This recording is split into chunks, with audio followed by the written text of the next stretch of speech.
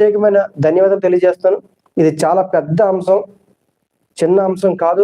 కార్మికులు జరుగుతున్న ఎంతో వాళ్ళకి అన్యాయం జరిగితేనే కాళ్ళు కట్ అయిపోతున్నాయి, వేలు కట్ అయిపోతున్నాయి, అవయవాలు కోల్పోతున్నారు, ప్రాణాలు కోల్పోతున్నారు. అయినా వాళ్ళకి న్యాయం జరగట్లేదు.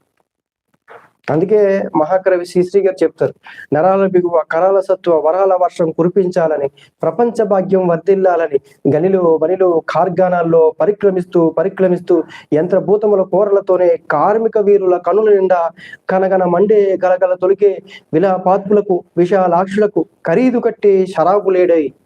అంటే కార్మికుల యొక్క కష్టానికి విలువ కట్టే షరాబ్ అంటే యజమాని అనే వ్యక్తి ఈ భూమి మీదే లేడని మహాకవి శ్రీశ్రీ గారు చెప్పిన కవిత్వం అది.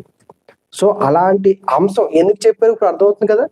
కార్మికులకి విలువ కట్టే, వాళ్ళ శ్రమకి విలువ కట్టే వ్యక్తులు ఈ భూమి మీదే లేదనే విషయాన్ని మహాకవి శ్రీశ్రీ గారు చెప్పారు. సో అందుకే అనేక సందర్భాల్లో నేను ఎంప్లాయీస్ కోసం